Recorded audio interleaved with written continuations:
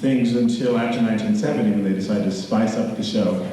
So we're going to take you on a tour of some of the fashions from those times, things that we thought we looked so good in. Well, some of us knew, but most of us thought we looked really good. And so we'll begin our fashion show, and you'll recognize some of the opening numbers from the different songs, but we're going to start back with how they looked way back then.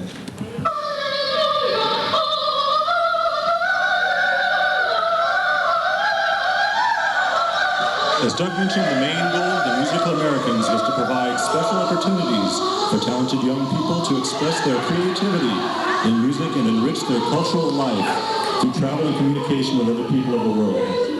During the early years, they wore robes in the first half and rocked the audience with touches and formals in the second. Very polished Terry Hamilton models for instance.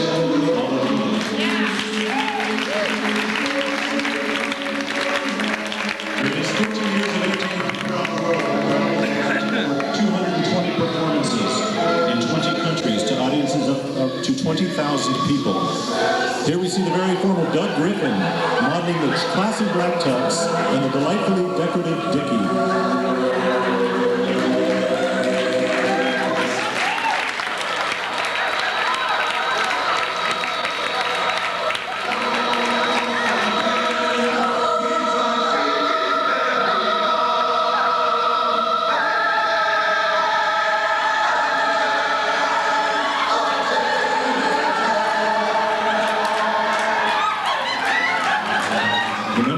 Much more about music than mere singing techniques. We often had opportunities to work with well-known composers and conductors during rehearsals, and they were encouraged to study the customs and languages of the countries they visited. The cricketer Terry Hamilton is now modeling a dazzling powder blue jacket and not quite matching black bow tie. No wonder Jeremiah was lamenting.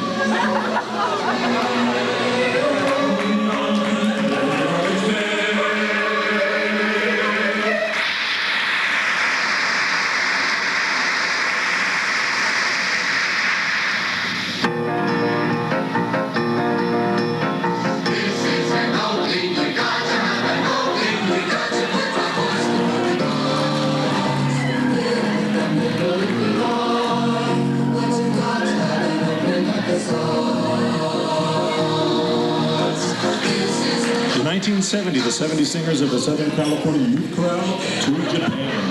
Lois Wells was the assistant director and Joe Bennett was the choreographer.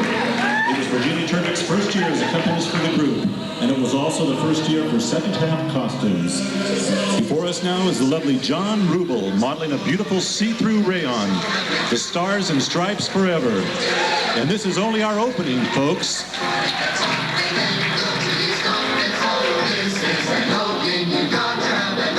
You got to make it come from the heart. Nice to get the jumping and the score. You got to have an opening for the show. It's a big, wide, wonderful world you live in. The beautiful costume of all you will wear.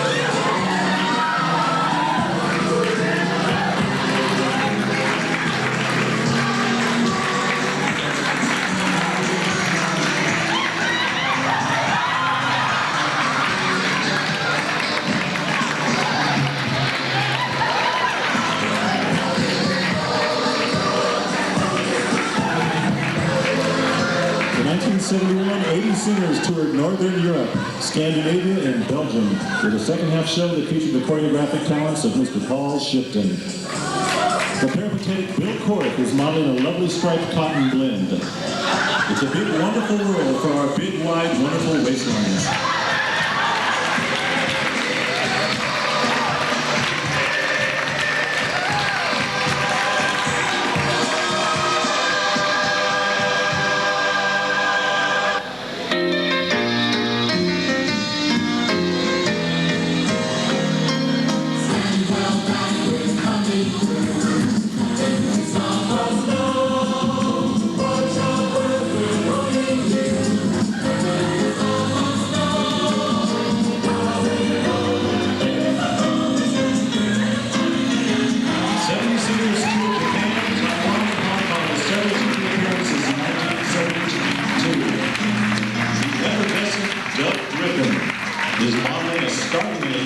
red gingham shirt. So stand back, because nothing can stop him now.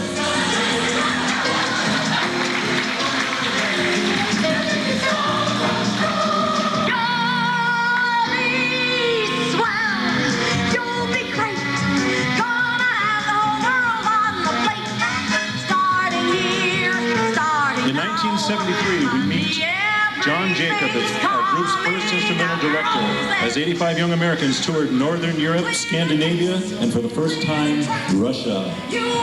Modeling his wild and wonderful costume from Corazon is the ever-skinny John Rubel. Look at those cheeks. Surely everything is coming up roses.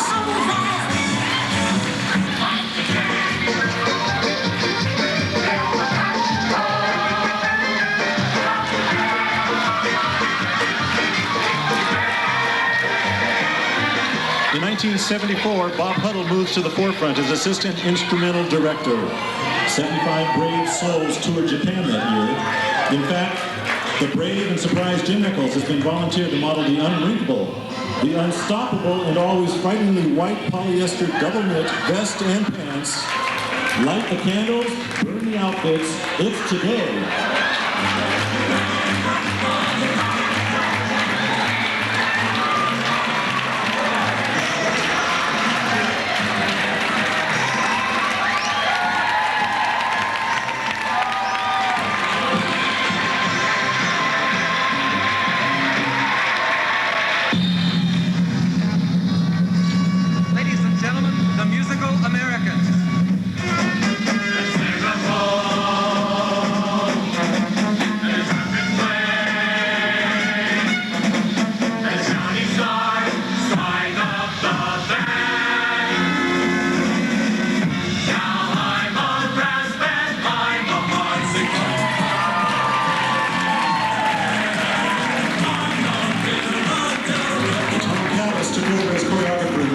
He and Gene took a captive group of kiddies on a tour of South America. For the first time, the Southern California youth chorale was called the Musical Americans. The ubiquitous Bill Boy is modeling that year's innovative vest. It's reversible with red, white, and blue sequins. Don't just strike up the band, slap them too.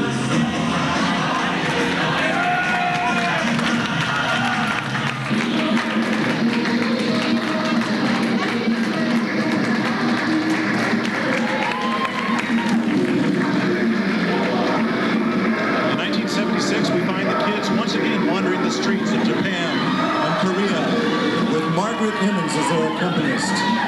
The unusual and egalitarian Duck Rippin is giving equal time to the ladies by modeling their sexy second half costume. A pink and black reversible vest with white rayon dress. What a looker! What a body! What a country!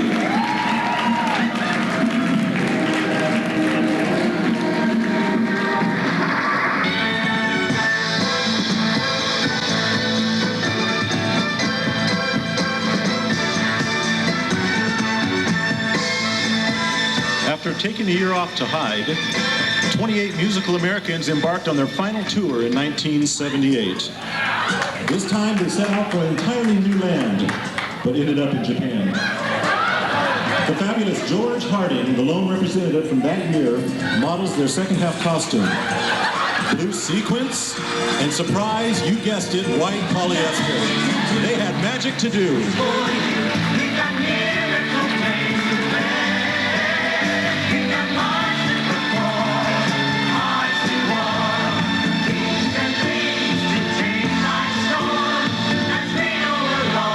Our fashion show for the SCYC Musical Americans Reunion 96. Let's hear it for our wonderful cast that have helped us to celebrate 13 colorful years, thousands of memories, and hundreds of useless costumes.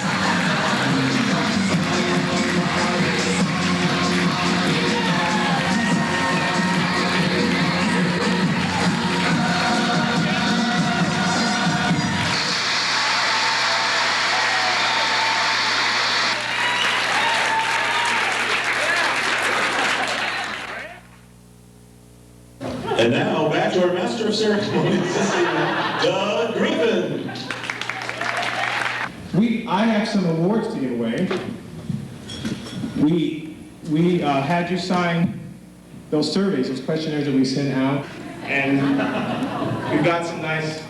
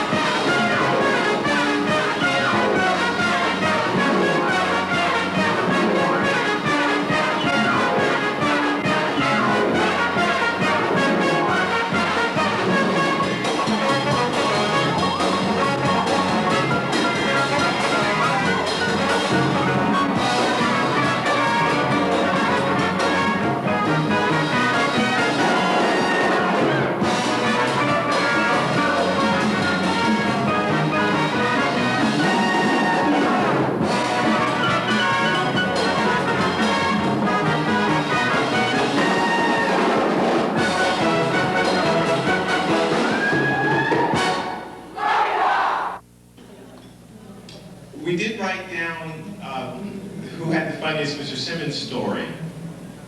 And most of the people from the 60s and the early 70s all said, we didn't know he was funny.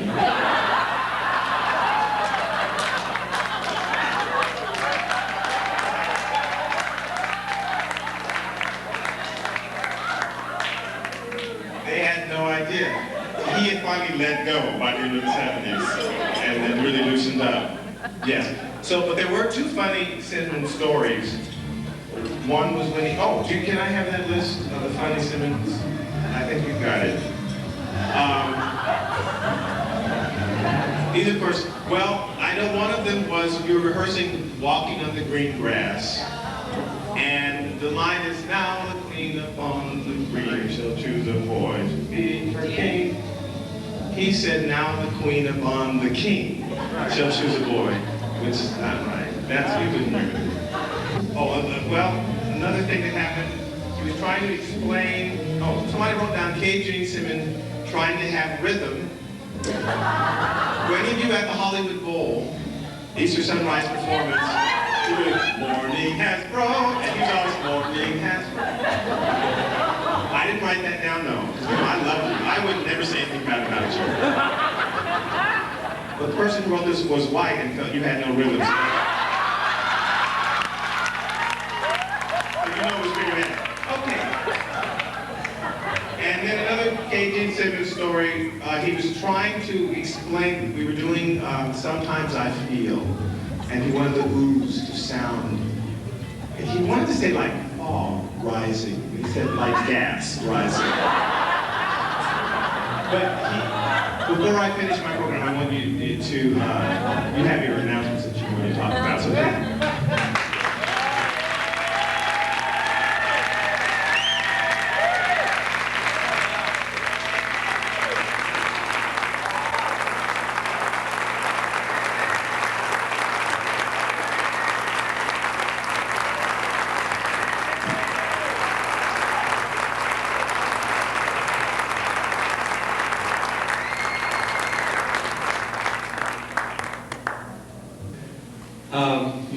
announcement is, first of all, I want to thank all the people who are responsible for putting this together.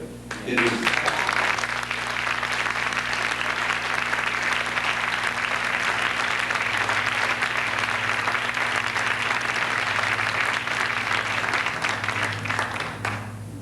the committee has worked very hard, and I would like for them to stand, and especially Kathy and David, who spent a lot of time working on this, and we appreciate it so much. I've heard so many people say, isn't this great? Isn't this wonderful? And yes, we do appreciate all the effort and work that you put in. Would all the committee members please stand and let's give them.